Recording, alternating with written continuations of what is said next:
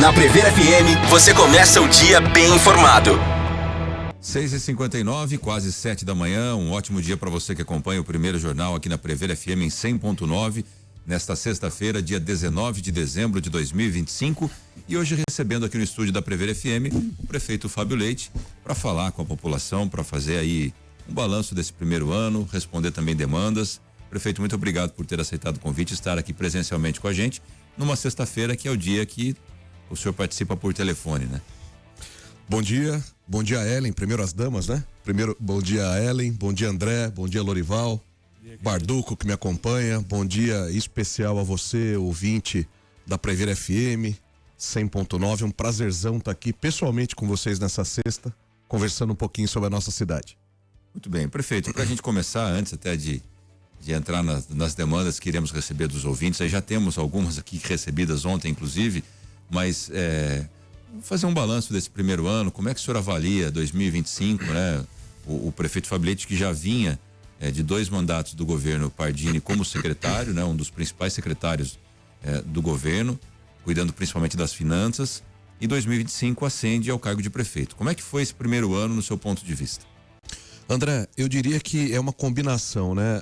Muito trabalho para realizações nesse próprio ano de 2025 e muito trabalho para um plantio de realizações a partir de 2026. Então a gente tem, imagino que a gente hoje, durante a entrevista vai passar, a gente teve entregas, né? Grandes projetos, grandes realizações nas diversas secretarias do município e muita coisa para acontecer. E talvez a cereja do bolo, né, o mais bacana de tudo isso, é de que essas ações, tanto as que a gente já realizou em 2025, quanto as que a gente prevê a partir de 2026, elas têm sido reconhecidas. Então eu vou dar alguns exemplos, né? Botucatu, há 1 mês e meio atrás, se sagrou a cidade com mais de 100 mil habitantes, a grande vencedora do Prêmio Band de Cidades Excelentes, no momento, né, que trata o estado de São Paulo, a campeã nas ações de infraestrutura e mobilidade e a campeã na administração pública geral. Semana passada, na realidade, nessa última segunda-feira, ainda falando do Prêmio Band de Cidades Excelentes, Botucatu figura também no quesito infraestrutura e mobilidade, também no quesito administração geral, que é o que eles chamam de IGMA, entre as 3 cidades acima de 100 mil habitantes, entre as 3 cidades mais importantes do Brasil. Se a gente for para a segurança, a manutenção de Botucatu como a cidade mais segura do estado de São Paulo e a segunda cidade mais segura do país. Se a gente for para o Tribunal de Contas, né, normalmente surgem questões sobre a saúde financeira do município, sobre a questão da administração, premiada no Tribunal de Contas em 3 ou 4 requisitos. E veja de quem que veio a premiação, de quem que veio o reconhecimento, né, do órgão mais importante hoje de acompanhamento da administração pública municipal. Há 15 dias atrás, o reconhecimento das ações de turismo como estância turística, a gente se sagrou estância turística. Então, o bacana é que a gente tem trabalhado muito, estou aqui com um representante que é o Barduco, que faz parte da nossa equipe, já colhendo resultados em 25 e também esse plantio para 2026 em diante. Tem muita coisa, o solo está muito fértil para a gente continuar colhendo. O senhor trouxe aí alguns avanços em algumas áreas, né? A gente sabe que, como eu disse no começo, é uma sequência de governo, né? Algumas coisas ainda, desde o outro governo, são cobradas, são esperadas da população. Eu não sei se por estar do lado da imprensa aqui, que é onde a gente recebe a maior demanda, né? Teve época que saúde era campeã, depois isso se ajustou. Segurança a gente nunca tem muita reclamação, é mais questão de perturbação de sossego, que é uma coisa que tem bastante, mas algo que ainda é uma alta demanda é o trânsito, prefeito, que vem já, não do governo Pardini, mas de sempre. Botucatu não se preparou para um trânsito do que a gente vive hoje, quase um carro para cada habitante, né? Um aumento expressivo de motocicletas. O comandante capitão Ricardo Cunha teve aqui essa semana dizendo que as motocicletas depois da pandemia praticamente triplicaram aqui no município de Botucatu. Então o trânsito ainda, do ponto de vista como representante da imprensa, é o campeão de reclamações aqui em Botucatu. No seu ponto de vista, esse ainda é um calcanhar de Aquiles do município e o que ser feito para resolver isso? André, verdade seja dita, né? Botucatu não é uma cidade resolvida integralmente. Isso não é um demérito, é uma realidade. E a gente tem desafios nas mais diversas secretarias. Então, outro dia eu comentava sobre o Prêmio Band, né? as pessoas falavam, a dúvida, né, até pelas redes sociais, então a gente ganhou o prêmio de infraestrutura e mobilidade, significa que nós somos perfeitos? Não. A premiação, essas certificações, elas só mostram que a gente está no caminho certo. Que as ações que foram e estão sendo tomadas são ações do ponto de vista da administração pública municipal, no nosso caso, que são corretas, que estão no caminho certo. Então a gente tem desafios, por exemplo, na saúde. O grande desafio de 2025 e continua para 2026 é a questão do atendimento de urgência e emergência. Botucatu é uma cidade que tem uma série de equipamentos municipais e estaduais para o atendimento da saúde, mas a gente tem um gargalo, a gente tem uma situação da urgência e emergência que precisa ser resolvida. E vou chegar no trânsito. Então, quando a gente olha 2025, nós tivemos ali no pronto-socorro adulto uma inserção da prefeitura gigantesca. Então, a gente teve uma recuperação da área ali, desde a entrada do ar-condicionado até a sala de acolhimento dos motoristas. A gente implantou um laboratório dentro do pronto-socorro adulto. Agora você tem um laboratório lá dentro, há mais ou menos uns 3 meses, o que fez com que o tempo de espera dos exames, que era de 3 a 5 horas na média, caísse para no máximo 40 minutos. No último dia 1º de dezembro, então a gente tem quase 3 semanas só de uma operação, toda a equipe médica foi remodelada. Para você ter uma ideia, essa semana, o pronto-socorro nos dias de maior pico de atendimento, a média máxima dos casos mais simples, que é o que a gente fala dos casos classificados verdes, foi de 45 minutos. Então toda essa reformatação, daí você fala, tá aí, qual que é o plantio nesse caso, nesse seu exemplo, para 2026? A abertura de outras 3 unidades. Então, exclusivamente de pronto atendimento. Então a gente vai ter uma no Hospital do Bairro, uma obra de R$2 milhões, que eu juntei a criação da unidade de pronto atendimento e a recuperação da ala 100 do hospital, que foi acometida naquele vendaval de setembro. Obra essa que já está na nossa área de licitação para ser licitada. Se Deus permitir, em janeiro a gente faz a licitação, essa obra começa. Uma unidade na região oeste, do lado da unidade de saúde que nós estamos construindo nesse momento. Então, para quem conhece ali próximo ao campo de Rubião Júnior, é um terreno grande. Na parte de cima nós estamos construindo uma unidade de atenção básica e na parte de baixo vai ser uma unidade de saúde de urgência e emergência, e uma na região leste, próximo à nossa unidade da Coab 4. Então eu estou só dando um exemplo. Vamos falar de trânsito. Mas eu vou voltar nessa situação, porque isso é importantíssimo, a gente ter 3 novas unidades de pronto-socorro. Vou até esperar o trânsito um pouquinho, porque eu fiquei animado com essa informação aqui. Pronto-socorro, seria pronto-socorro, esse é o nome, pronto-atendimento, no Hospital do Bairro. Voltaria, porque o Hospital do Bairro, para quem é mais antigo que Botucatu, como nós, né? Eu sou mais jovem, eu não sei do que você está falando. Fomos atendidos ali no pronto-socorro do Hospital do tempo Bairro. que era o Hospital Sorocabana, né? Exatamente, Sorocabana tinha um pronto-socorro ali embaixo. Olha, eu sou de... Não vamos falar de tempo aqui. Não, do bairro, mas tem Sorocabana. O Hospital Sorocabana tinha um pronto-socorro embaixo, naquela portinha lateral ali.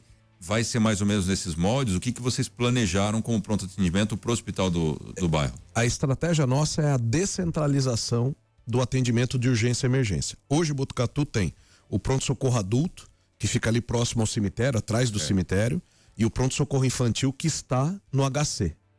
O que a gente vai fazer é descentralizar esse atendimento. Cada região da cidade vai ter um ponto de atendimento de urgência e emergência, tanto adulto quanto infantil.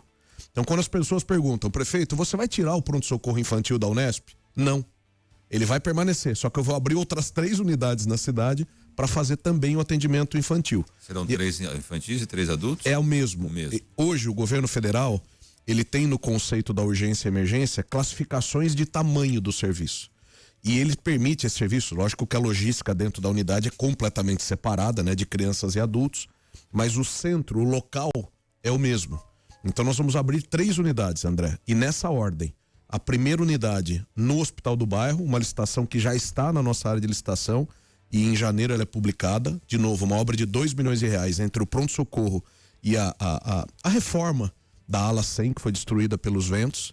Uma unidade na região oeste, atendendo a região oeste, ao lado da unidade de saúde básica que está sendo construída agora, e uma unidade na região leste. Então as pessoas perguntam, Fábio, você vai de novo tirar esse atendimento aqui da Coab 4? Não vamos tirar o atendimento da Coab 4.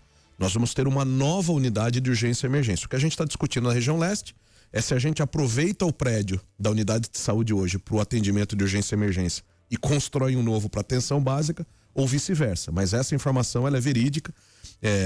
O nosso planejamento é que, pelo menos dessas 3, 2 sendo o Hospital do Bairro já funcionando e a segunda em construção ainda em 2026. E vai contar com uma equipe única? Como que seria a estrutura de atendimento desse local? Absolutamente separadas. As equipes para atendimento adulto e equipe para atendimento infantil, elas são distintas, apesar de você ocupar o mesmo espaço, mas elas são equipes distintas, então a gente vai ter nessas unidades atendimento adulto e infantil e, de novo, verdade seja dita, a gente começa o serviço com atendimento adulto, porque hoje em Botucatu você tem 3 vezes mais atendimento adulto do que infantil nas unidades de urgência e emergência. Para te dar um número, 120 mil atendimentos adultos e 40 mil atendimentos infantis em urgência e emergência, só nos pronto-socorros. Então a gente começa a operação com atendimento adulto, quando ela se estabiliza, isso leva 30, 40 dias, você entra também com atendimento infantil.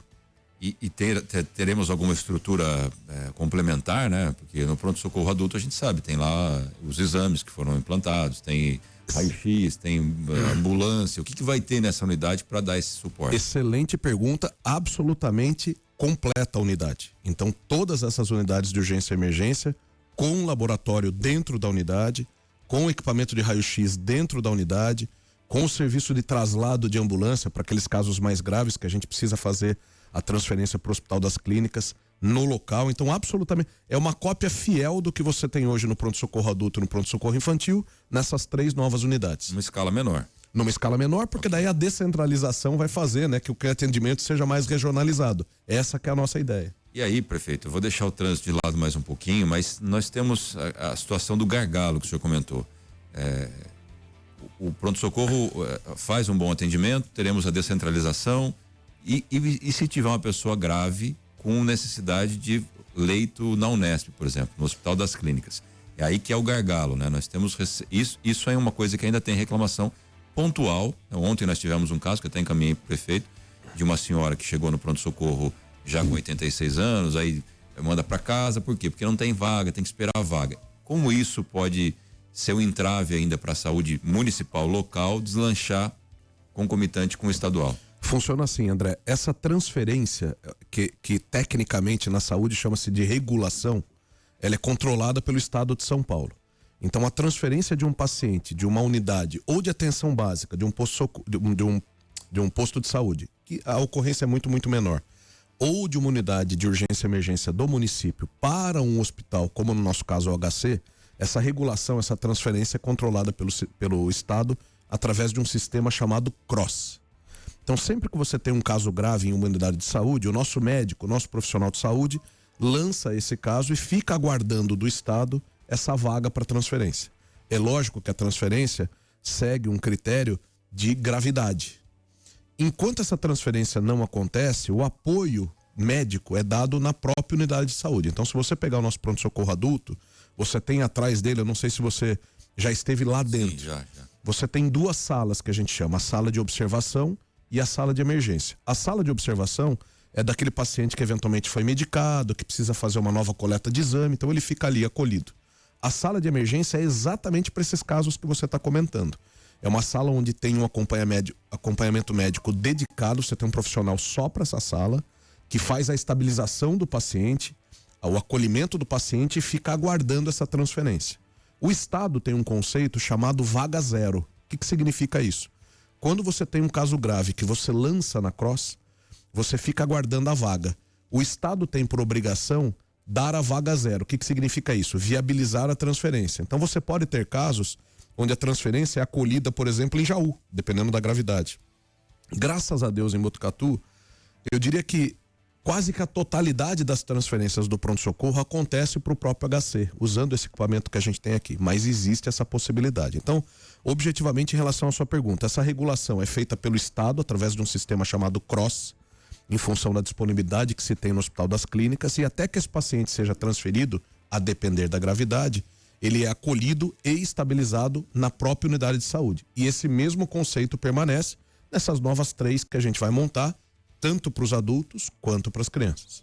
Perfeito. Agora vamos voltar para o trânsito, que é a questão, mas é um assunto importante, eu tenho uma pergunta a fazer também.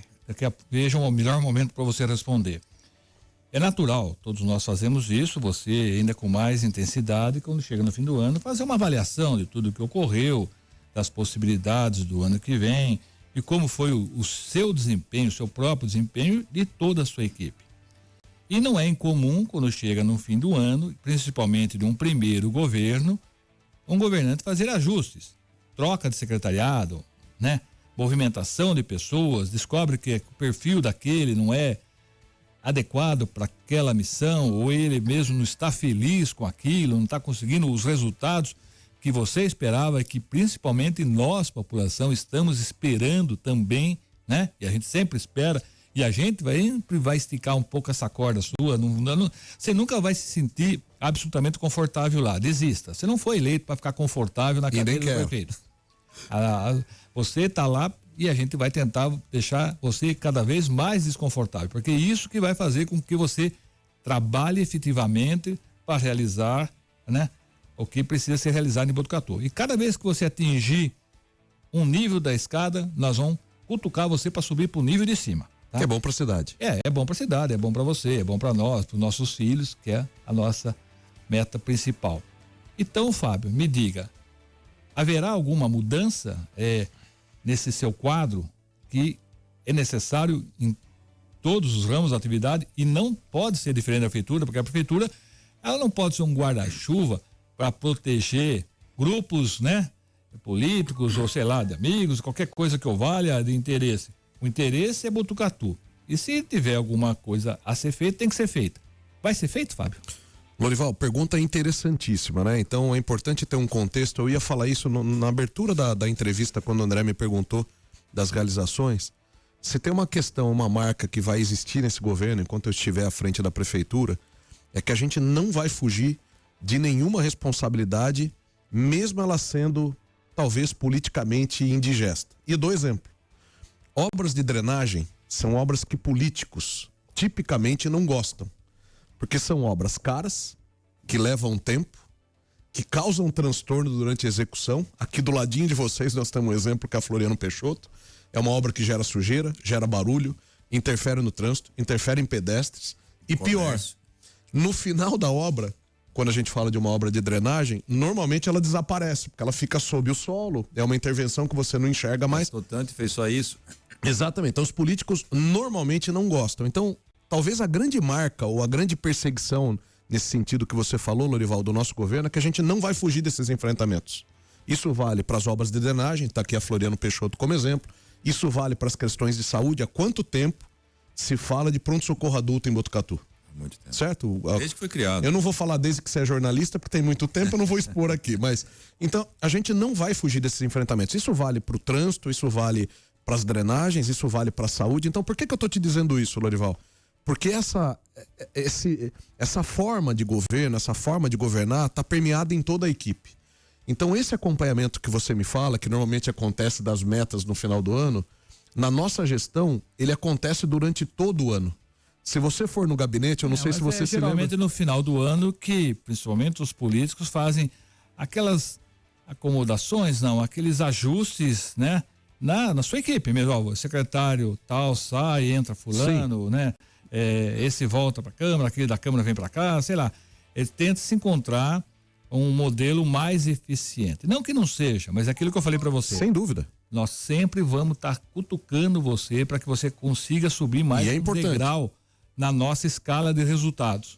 Mas então, esse acompanhamento, se vocês forem no gabinete, e eu convido que vão, e aliás, semana que vem a gente divulga, eu vou ter um dia da semana, a partir agora do dia 1º, exclusivamente para o atendimento da população no gabinete. Vai ser a sexta-feira do povo lá.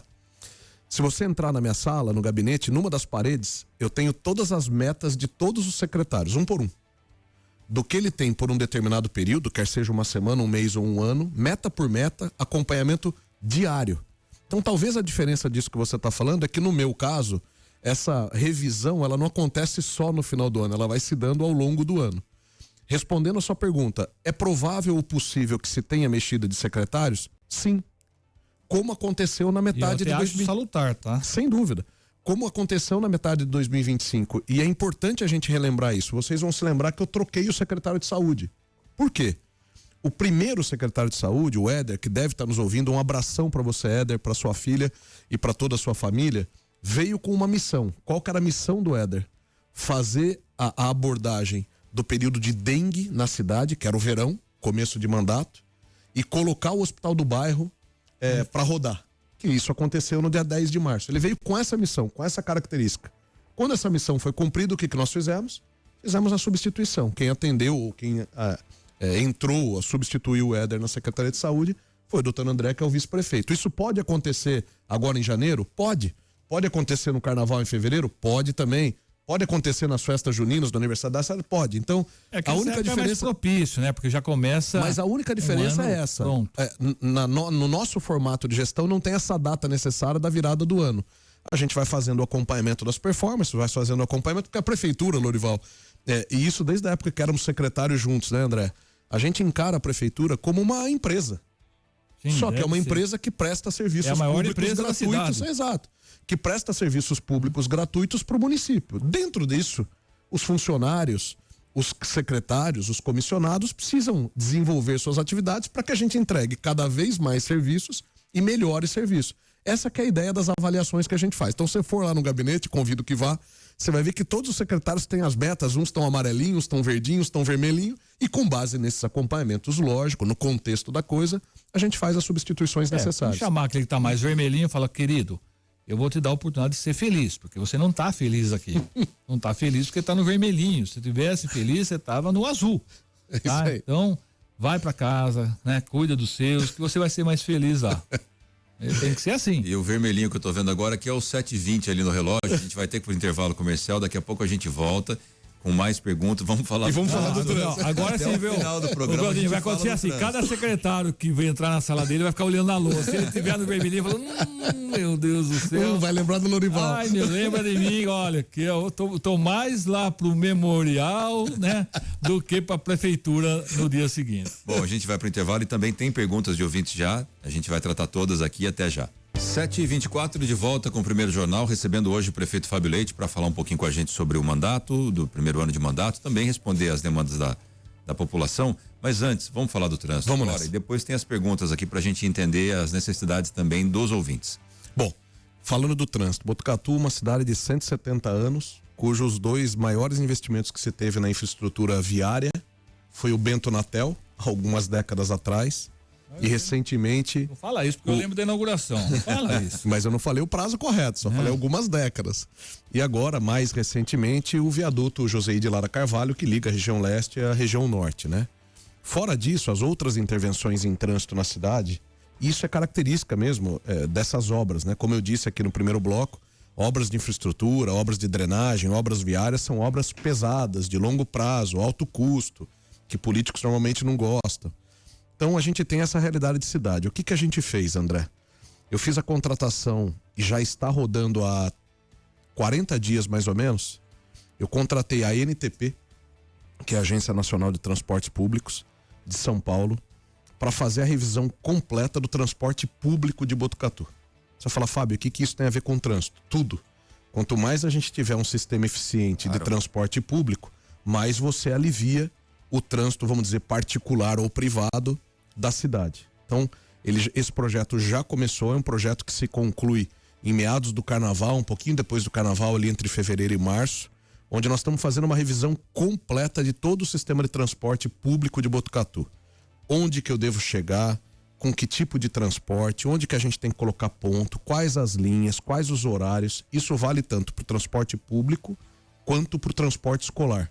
Ah, Fábio, por que você está olhando o transporte escolar? Porque hoje em Botucatu, não sei se vocês sabem, André, Lorival e Ellen, o transporte escolar ele é maior que o transporte público. Nós temos hoje no transporte escolar aproximadamente 100 veículos e no transporte público 70. Só para dar dimensão. Então esse estudo já foi contratado, a ANTP já está trabalhando.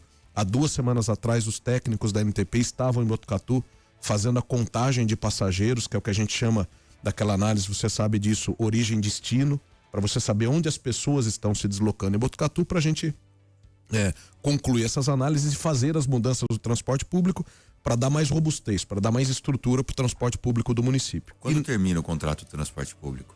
Ele tem mais uns 8 anos, mais 7 ou 8 anos. É um contrato de 10 anos que foi renovado no meio da pandemia por mais 10. Como mexer com o contrato andando? É possível? É possível. Especialmente por conta da motivação técnica. Então o contrato prevê que você, na questão de linhas, na questão de horários, na questão de itinerários, vamos dizer, essa caneta está na mão da Semutran, essa caneta está na mão da prefeitura. Lógico que, por ter um contrato rodando, a depender das mudanças em termos de tipo de transporte, eu não quero mais o ônibus 44 lugares, eu quero um micro-ônibus, eu quero um carro, aí você tem sim impactos no estudo de viabilidade ou na estrutura de viabilidade econômica financeira do contrato, mas isso também é possível. Através de renovações, através de aditamentos, através até de indenizações, se for o caso, tanto da empresa para a prefeitura quanto da prefeitura para a empresa. Isso é uma ação. E a outra ação, nesse momento, eu não posso ainda dizer o nome da instituição, mas é também uma instituição grande de notório saber do país. Nós estamos contratando o nosso plano de mobilidade. Então, o que é isso, né? Para as pessoas que nos ouvem aqui na Prever. Esses especialistas vão avaliar Botucatu, tudo que a gente precisa fazer de inserções de curtíssimo prazo, sinalização, redutor de velocidade, controlador de velocidade, semáforo, mudança de via. Isso é o que a gente fala de curtíssimo prazo. E a ordem de prioridade dos investimentos de longo prazo. Então eles vão dizer, um exemplo. Fábio, um dos grandes gargalos que você tem é a conexão do Distrito 4 com o Bem-TV. Você precisa viabilizar essa conexão aqui da cidade como primeira prioridade. É só um exemplo. Como primeira prioridade, porque aqui você vai dar fluidez no trânsito daquela região do Bem-TV e da região da Marechal Rondon. Então esse estudo eu devo contratar ainda nesse ano de 2026, para que a gente tenha esses especialistas atuando na cidade e aí sim a gente começar as obras de uma maneira estruturada. Por isso que eu estou colocando no plano de mobilidade. Isso vai virar um manual para a cidade, olhando o Botucatu para os próximos 50 anos, quais são as intervenções que tanto o Fábio como o prefeito atual e os próximos que virão precisam fazer na cidade para a gente dar essa fluidez. A gente não escapa, André. Verdade seja dito o seguinte, da forma como o Botucatu cresceu, com pouca infraestrutura viária de grande porte, a gente não escapa de grandes intervenções. E investimentos, inclusive. Sem dúvida. Grana, estamos falando de grana, né? Então esse primeiro momento de sinalizações, etc., o efeito ele é muito pontual, ele é muito local, ele é muito localizado. A gente não vai escapar de grandes investimentos, de grandes obras, de grandes volumes de recursos, de grandes intervenções em termos de prazo para mudar a fluidez da cidade. E aí você tem também uma questão cultural. Floriano Peixoto eu vou trazer como exemplo. Durante a execução de obra, uma das críticas que surgiu foi a seguinte: Fábio, mas você vai tirar o estacionamento da Floriano Peixoto? Qual foi o conceito que a gente adotou? Nós tiramos o estacionamento da via Floriano Peixoto para dar mais fluidez, além de toda a revitalização, e essas vagas estão sendo recompostas com bolsões de estacionamento. E você está vendo o resultado agora no trânsito da Floriano. Você, para quem desce da Major Mateus... Isso vai ser um alívio, um grande exemplo, porque é uma cobrança que a gente faz, inclusive aqui no Acontece no Ar, já há muito tempo, de que avenidas não podem ter estacionamento. E de onde eu tirei isso? Da minha cabeça, só porque eu não quero que ninguém pare na avenida? É só você observar grandes centros. Nas grandes cidades, as avenidas têm estacionamento? Não. Então, Botucatu, caminhando para ser uma grande cidade, também tem que acompanhar esses avanços, só que são medidas impopulares. Mas a gente vai fazer, lembra o que eu falei no primeiro bloco, a gente não vai fugir da responsabilidade. E a Floriano é um grande exemplo. Então, se você olhar a fluidez do trânsito hoje da Floriano, para quem desce da Major Mateus, cruzou ali a entrada da Vital Brasil, então continuou na Floriano, ou que vai acessar a Avenida Santana, ou que vai seguir na própria Floriano, ela está absolutamente desobstruída. Desafogou. Se acabou o problema aqui. Então, esse conceito, ele tem que ser permeado em toda a cidade e traz esse aculturamento. A próxima via que a gente tem que olhar, porque ela também vai ser revitalizada na parte final dela, que é a Vital Brasil, o mesmo conceito. É uma dúvida que nós temos que responder com esses especialistas. A Vital Brasil é uma via vamos dizer, de expressão. Comporte estacionamento. Exatamente. É uma via que eu quero dar fluidez no trânsito para fazer a conexão. O Lorival, toda vez que eu venho aqui, ele me fala da Vital. Fábio, por que você não amplia a Vital Brasil, né Lori? Por que você não amplia a Vital Brasil para fazer essa conexão? Tudo, né? Já que a gente não consegue, né, fazer um anel viário, pelo menos não com a brevidade que deveria, né, conseguir, e até pela topografia da cidade, que também não ajuda muito, tem que ter algumas vias expressas, quer dizer, Avenida aqui, Floriano Peixoto, Vital Brasil, Dom Lúcio e tal, deviam ir para poder desafogar o trânsito. Outra coisa, Fábio, que você vai ter que mexer, eu não consigo entender a lógica, tá? Tudo bem que eu não sou esperto, mas eu não consigo entender a lógica daquela obra que foi feita na ampliação da Castelinho. Eu não consigo ver como é que as pessoas que querem ir a pé conseguem ir hoje, ou de bicicleta. Ali ficou muito perigoso. Deveria ter um outro acesso, né? Aliás, foi estudado de fazer, eu não vou saber o nome da rua, mas ali saindo ali perto, ali vindo pela PAI, pela Unimed, Vila Sônia, fazer um acesso que passasse ali, saísse atrás daqueles predinhos que fizeram ali no trevo também, para que a população tivesse uma alternativa que não fosse ali. Que não fosse a Como estrada. é que uma pessoa hoje consegue ir a pé daqui do centro da cidade, vamos falar assim, ali do Confiança, até o Marajoara? Como que faz, Fábio? Não consegue. Então, É uma aventura. a gente está falando em mobilidade, quer dizer, foi-me cerceado o direito de ir. Não, você pode ir e vir, desde que você tenha carro, ou vai de ônibus. Tá, mas eu quero ir a pé. Nós cobramos isso, inclusive, do governador aqui. No dia que o governador veio entregar, aquilo foi um absurdo. lá, a gente e Fábio, tá fácil. Para fazer um acesso ali, naquela rua vindo da Unimed ali, passando por cima, não sei aquele barracão que era do Coronel Mário ali, saindo ali atrás do predinho, você consegue uma forma das pessoas terem pelo menos um acesso. Hoje não tem, tá? Hoje ficou muito perigoso, não consigo entender aquela lógica. Ele só, acho que parece que a concessionária, eu sei que não é culpa sua, mas é responsabilidade sua agora buscar a solução, tá? Não foi culpa sua que fizeram lá, mas é responsabilidade sua sim buscar a solução.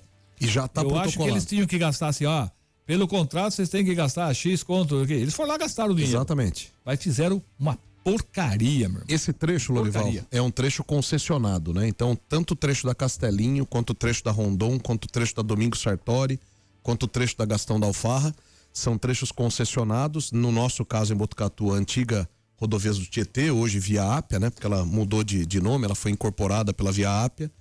E toda essa conexão que você falou de pedestres na Castelinho, nós já temos inclusive um croquis proposto pela prefeitura, protocolado na Artesp, que é o órgão regulador do estado que controla as concessões. Assim como, acho que foi na semana passada que a gente trocou algumas mensagens, André, por conta do acidente ali na Domingos Sartori. Sim, o trevo de acesso ali do eu vi esse acidente, hein? Isso, então um dos pedidos que a gente tem também, falando agora aqui daquela região, eles têm que começar, e segundo o governador, você estava comigo e o presidente da Via Ápia, essas obras teriam começado em outubro desse ano. Sim, já tá 2025, atrasado. Já está atrasado. Que são as marginais da Rondon. Qual foi o pedido? Foi aprovado pela Artesp que a gente faça. Você tem um trecho das marginais que hoje ele é inviável, que é o trecho ali próximo a Caio, atrás do condomínio Espásio, por conta daquele piscinão que foi construído.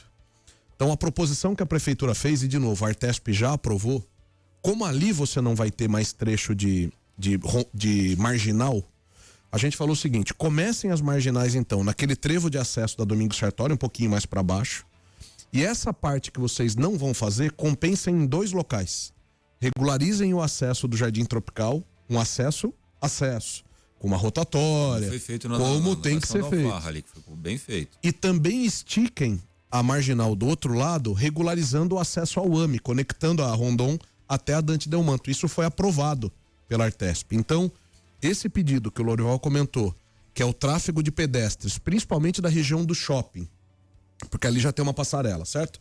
Então, da região do shopping até a conexão com a entrada da cidade, como você falou, pode falar o nome do estabelecimento aqui, não tem problema. Região do Confiança da Havan. Esse é um, aprovado pela Artesp. A regulação... Não é mais fácil ali por trás, ali, que eu falei, porque ali tem um trechinho, fica tão pequenininho aquele trechinho para você passar por cima da Marechal Rondon. Tem, esse estudo de áreas foi feito e o trecho, vamos dizer, mais fácil para pedestres é do lado para quem vai, Botucatu Shopping, do lado direito. Então você, para quem mora no Marajoara, consegue atravessar pela passarela, quase em frente ao shopping, inclusive tem um ponto de ônibus ali, tem um remanso ali, um recorte. Você tá falando aqui vamos dizer assim, aqui da cidade, vamos chamar assim, né? Pro lado de lá da estrada, por onde que é? Não entendi. Pelo lado direito. Ali perto do barracão, onde era o barracão do Mário, ali não é? Eu não sei que barracão é esse. Para quem saiu do lado da Havan. Então você teria conexão ali. A Havan, toda a via de pedestres, passando pela essa lateral direita, cruza o acesso da Marechal Rondon, chega até o shopping. Shopping Parque Castelinho. É pela Castelinho. Pela própria Castelinho. Ali é uma obra grande. É um lugar muito mais fácil, mais rápido e menos custoso para fazer. Mas tudo bem. Parece que as pessoas ali da Artesp, pelo menos, eles querem gastar dinheiro. Tá? Eles não querem resolver o problema.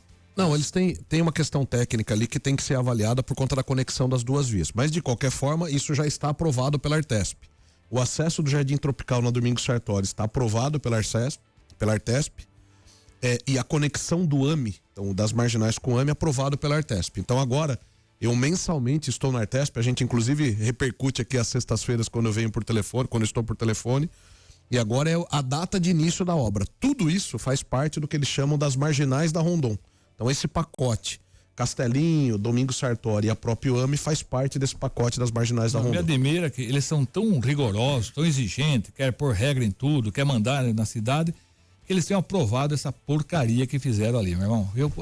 Pra mim aquilo é uma porcaria. Isso deve ter uns 20 anos, e aquele né? X que eu falei, você continua, aquele X, ficou muito ruim. Só Não liga nada não morreu nenhum, né? ninguém ali ainda, porque Deus fala, não, isso aqui tá tão ruim que eu vou ficar aqui olhando. Ele deve estar sentado ali no trevo, tá? Pra proteger. Se ele não tiver sentado Concordo. ali, vai começar a morrer gente já.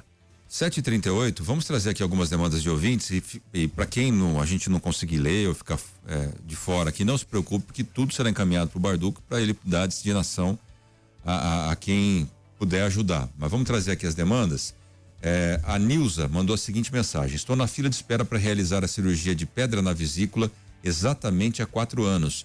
Em outubro recebi uma ligação do posto perguntando se já tinha feito a cirurgia. Respondi que não, e a enfermeira do posto ali da Vila São Lúcio me disse que seria chamada em breve, pois já tinha meus exames no prontuário, para realizar apenas exames de sangue para a cirurgia. O tempo passou, eu fui ao posto de saúde para ter informações e me disseram que houve um erro no sistema e retornei para o final da fila. Me pergunto, como assim? Gostaria de saber como proceder com essa informação. Ela inclusive passou o CPF dela aqui, Nilza Casemiro. Dona Nilza, Isso. ótimo dia para a senhora, pode ficar absolutamente descansada, o Barduco está aqui do meu lado. O Barduco trabalha comigo no gabinete para a gente atender esses casos mais urgentes. Ele está anotando o nome da senhora e a gente faz essa regulação. Só para a senhora ter uma ideia, esse caso da senhora de pedra na vesícula, a gente já faz as cirurgias no Hospital do Bairro. Hospital esse que a gente começou as operações no dia 10 de março desse ano. E até a última sexta-feira, André, Lori e Ellen, e o nosso ouvinte aqui da Prever, nós já realizamos 1.427 cirurgias no Hospital do Bairro. Do dia 10 de março até a última sexta-feira. E essa modalidade ou essa especialidade da dona Nilza, a gente também está fazendo no hospital. Então fique tranquila, Barduco já está pegando o contato da senhora aqui no WhatsApp da Prever FM. A gente entra com a regulação das unidades de saúde e volta o contato com a senhora. É importante aproveitar o ensejo, André. Essa regulação é sempre feita pelas unidades de saúde. Então algumas pessoas às vezes entram na rede social, Fábio, eu preciso fazer uma cirurgia de catarata, eu preciso fazer uma cirurgia de vesícula, uma cirurgia de hérnia, eu devo procurar o Hospital do Bairro? Não é necessário. Procure a sua unidade de saúde, porque a regulação, essa transferência do paciente para o Hospital do Bairro é feita pela própria unidade de saúde. Lógico que a gente tem uma central de regulação que vai classificando os casos por prioridade em função da gravidade e a gente vai fazendo o atendimento. O caso da dona Nilza é muito comum. A explicação do Hospital do Bairro, uma obra que começou na gestão do prefeito Pardini, e daí eu tive a honra de inaugurar e operar. A gente tem pacientes como a dona Nilza com 3, 4 anos de fila. E graças a Deus, com essas 1.427 cirurgias, algumas especialidades a gente está chegando já na zerada das filas. Que bom. Como, por exemplo, catarata. Ótimo.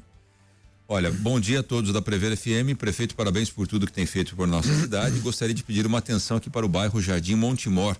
A última viela do bairro, em toda a sua extensão, está com todas as luzes apagadas há vários dias. Outro ponto, seria possível mudar o local de ponto de ônibus que fica atrás da paróquia Divino Pai Eterno? Ele fica em um local muito escuro e há tempos vem sendo usado para tráfico de drogas. Muito obrigado pela atenção, Deus abençoe. Quem mandou pra gente foi a Kátia. Dona Kátia, ótimo dia para a senhora. Então eu vou aproveitar o ensejo aqui para falar de iluminação. Então, a gente tem uma solução paliativa, uma solução temporária, que é um mutirão que está sendo feito pela CPFL. Existe o compromisso do presidente da CPFL, o senhor Rafael, que esteve comigo pessoalmente, de resolver esse mutirão até o dia 31 de dezembro desse ano, resolver até o final do ano. Nesse mutirão, nós identificamos 744 lâmpadas com problemas. Esse levantamento foi feito pelas equipes de zeladoria da prefeitura, rodaram todas as ruas do município, inclusive da nossa orla, e levantaram 744 lâmpadas com problema. Até a última sexta-feira da semana passada, dessas 744, 667 já foram trocadas. Então esse caso da dona, como que é o nome? Kátia. Eu tô pedindo pro Barduco só para checar se está nessas listagens e se tiver até o final do ano tá resolvido.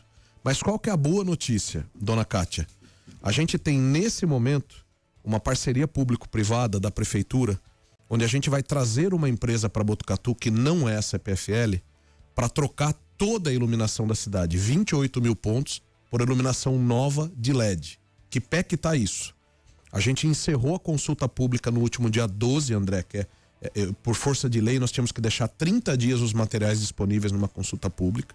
Nós já publicamos o resultado da consulta pública e até a semana que vem, dia 30, a gente publica o edital dessa concessão. Então essa concessão deve acontecer em janeiro, mais tardar fevereiro do ano que vem. O que tem nessa concessão? A empresa que vier a ganhar, ela vai ter 28 mil pontos de iluminação pública, tanto da Dona Cátia como qualquer outro ponto da cidade para substituir, por LED, tecnologia nova, com 10 anos de garantia. Ela vai iluminar todas as quadras, todos os campos, todas as praças, todos os campinhos de areia do município.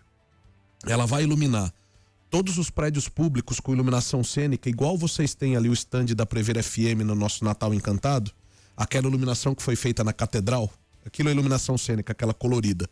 Todos os pontos históricos de Botucatu, como por exemplo a Pinacoteca, como por exemplo a estação ferroviária, eles vão iluminar. E o mais importante, essa concessão tem uma equipe de manutenção dedicada à iluminação pública, que vai cuidar só da substituição de energia, ou enfim, de equipamentos de iluminação pública. Então tudo isso, Dona Cátia, acontece agora no começo do ano, essa concessão. Se Deus permitir, vai ser uma concessão bastante brigada, que a gente fala, com bastante disputa, para que a gente tenha essa empresa prestando esse serviço. E aí a gente muda o patamar da iluminação de Botucatu. A Perfeito. Kátia acabou de mandar mensagem e falou que a iluminação no local já é de LED. Ó, maravilha, maravilha. E ainda falando sobre iluminação, mas não é só a iluminação, o Ailton reside no Alto do Paraíso e disse o seguinte: a praça onde tem o espetinho do Gaúcho, próximo à padaria Luar, eu acho que é um caminho e sentido Heróis do Araguaia, é isso. Está sem energia há vários dias, está feio e perigoso. E ontem também nós encaminhamos, acho que é a mesma situação ali do Ailton, um ouvinte do Acontece no Ar nos pediu aqui a iluminação da ciclovia, da ciclofaixa ali que tem nessa avenida, já foi encaminhado também para a zeladoria, nos próximos dias deverá ser resolvido. Então, seu Ailton, só para que o senhor fique com a informação correta, se é um local onde já existe a iluminação pública e ela está queimada, eventualmente ela não está funcionando, faz parte desse mutirão que eu comentei aqui na pergunta anterior da Dona Cátia, e a nossa previsão é que até o final do ano esteja resolvido. Se é um local sem iluminação, como por exemplo a Bento Lopes, em Rubião Júnior, talvez seja um dos pontos que mais surgem no Acontece, acho que toda semana. Esse faz parte dessa ampliação ou dessa concessão que a gente faz no início do próximo ano. Então eu peço um pouquinho mais de paciência.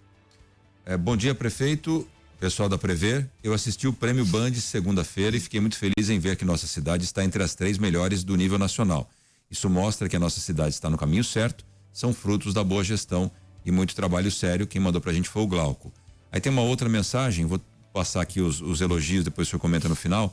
Bom dia, pessoal, passando por a falar que o Natal Encantado na praça, ali ao lado da prefeitura, ficou lindo. E a programação cultural também está muito boa, digno de uma instância turística. Parabéns, prefeito. Foi a Letícia.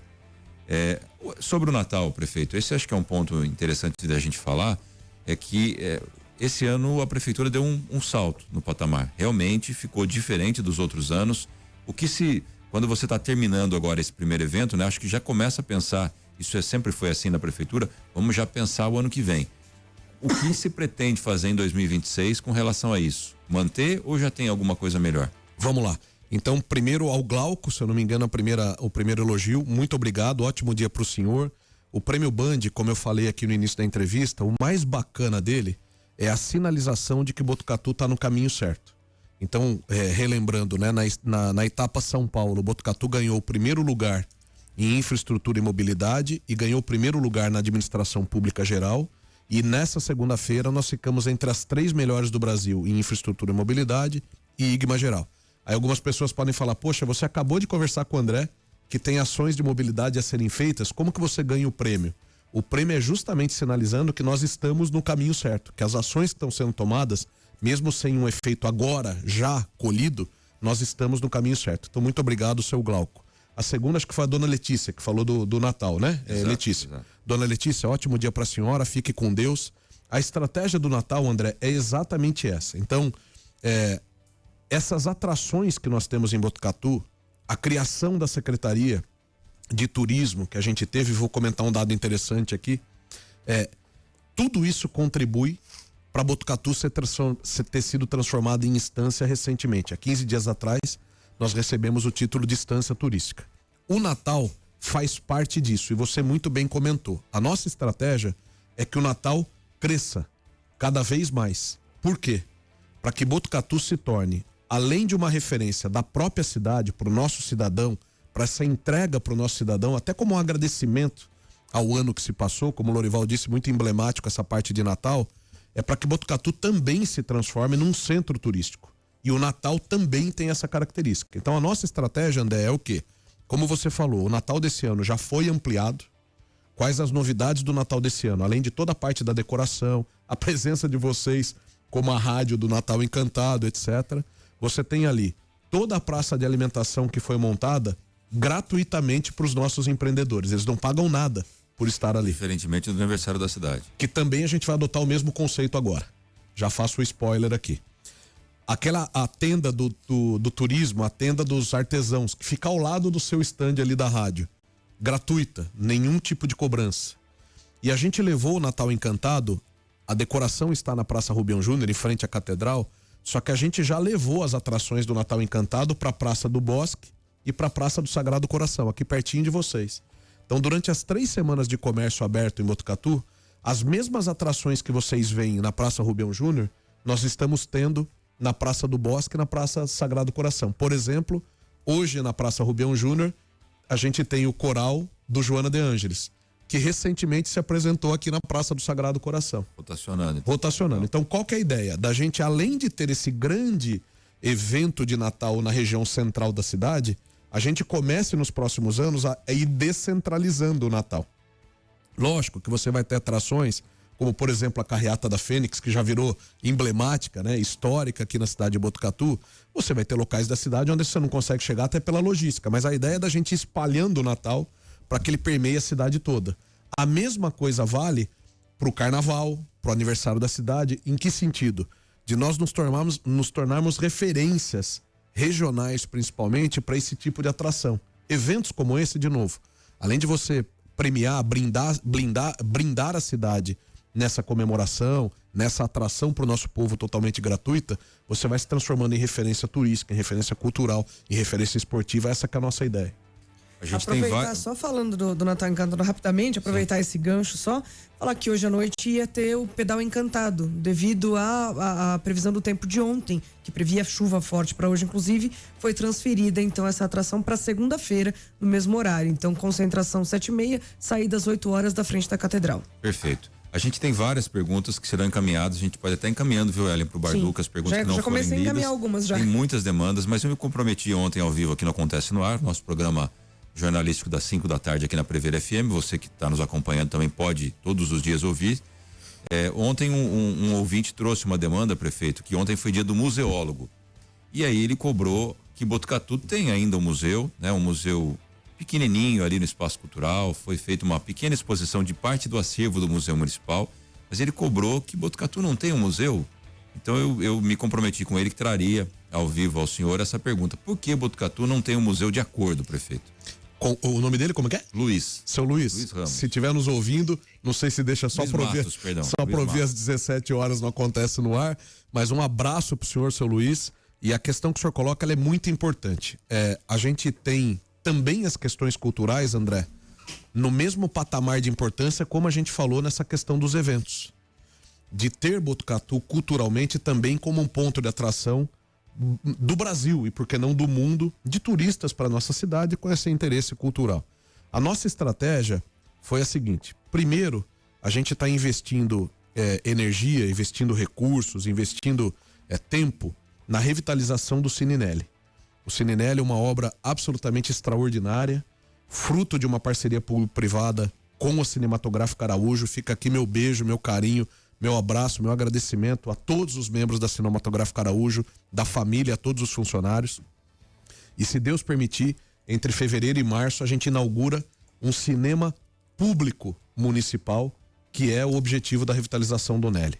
Cumprida essa etapa, o nosso próximo ponto de, vamos dizer, de desenvolvimento é a questão da biblioteca. Então a gente vai tratar em Botucatu definitivamente. Lembra que eu falei no início da entrevista que a gente não vai fugir dos assuntos difíceis. Muito pelo contrário, a gente vai encarar. Então a próxima pegada é a questão da biblioteca. Da gente efetivamente ter uma biblioteca central na cidade, podendo ou não ter as suas ramificações, os seus ramais, mas tendo um local adequado, com o nosso acervo bem colocado, com o nosso acervo bem controlado, é a nossa segundo ataque. E aí a gente vai para a questão de museu. Aqui cabem duas colocações, não só o esforço da prefeitura, para que a gente tenha locais de museus adequados na cidade, que pode inclusive ser o espaço cultural, não há problema nenhum nisso, desde que ele seja preparado para tal, ou revitalizado para tal. E também a iniciativa que a gente tem a quatro mãos com a FCA para a questão do Museu do Café. Essa história em Botucatu não está parada, inclusive deixo aqui meu abraço ao professor Caio e a toda a equipe. Semana. E essa iniciativa do Museu do Café, que também é um ponto importante de turismo, de cultura em Botucatu, segue em paralelo. Então, atendendo aqui a pergunta do seu ouvinte, a nossa estratégia, essa prioridade é Cininelli, um cinema público municipal, depois biblioteca e depois os museus. Em paralelo, o Teatro Municipal e a Pinacoteca continuam recebendo as obras de revitalização, especialmente o teatro, porque a revitalização da Floriano Peixoto, que começou aqui do ladinho de vocês na Secretaria de Saúde, chega até o teatro. A primeira etapa foi da Secretaria de Saúde até a Borracharia do Alemão.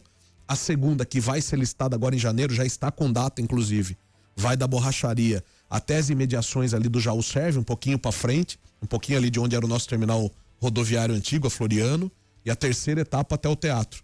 E a revitalização do teatro também está contida. Então, tudo isso para falar, na pergunta do seu Luiz, como que a gente está tratando esses equipamentos culturais. E agora, em janeiro, a primeira inauguração que a gente faz, também nessa pegada cultural, é a nossa Praça da Juventude lá em Rubião Júnior. O equipamento que a obra também está se concluindo agora e a gente faz essa entrega também. Perfeito, prefeito. Infelizmente nós chegamos ao final do programa, tem inúmeras perguntas aqui. E tá chegando mais. Eu vou colocar só o nome de uma aqui que pediu para fazer questão de falar o nome dela. A Ângela Cândido mandou uma pergunta, vai ser repassado também para assessoria. Fica com Deus, dona Ângela. Ótimo dia para a senhora. Todo mundo vai ter sua resposta, ou pelo menos o seu pedido avaliado pela equipe do prefeito. E fica o convite já. Eu acho que 2025 não será mais possível a sua presença aqui no estúdio, mas sempre por telefone, sempre que necessário. Porque o 2025 já acabou, já semana que vem. Eu entendi 2026, o que aconteceu? 2026 a gente já pode começar o ano trazendo de novo o prefeito aqui, porque ficou muita demanda para trás. Mas é claro, são demandas pontuais, pessoais, que serão atendidas, mas acho que os assuntos principais a gente conseguiu tratar aqui, né? Com certeza tem muito mais para falar. Não falamos de indústria, não falamos de várias situações também de esporte que poderão ser tratadas numa próxima entrevista. Mas obrigado pela sua disponibilidade de vir participar com a gente aqui e conversar com os ouvintes da Prever FM. Eu que agradeço, André, Ellen, Lorival. Tenho dito, né, todas as sextas-feiras quando falo para vocês, eu que agradeço a oportunidade, porque programas como esse de vocês e a Prever tem tido essa característica também na sua programação, além da questão jornalística, a questão do entretenimento, vocês têm uma pegada e uma participação em prestação de serviço para a nossa cidade. Isso é muito importante. Não só aqui no Primeiro Jornal, como durante a programação, no programa do Júnior, à tarde no Acontece no Ar, enfim.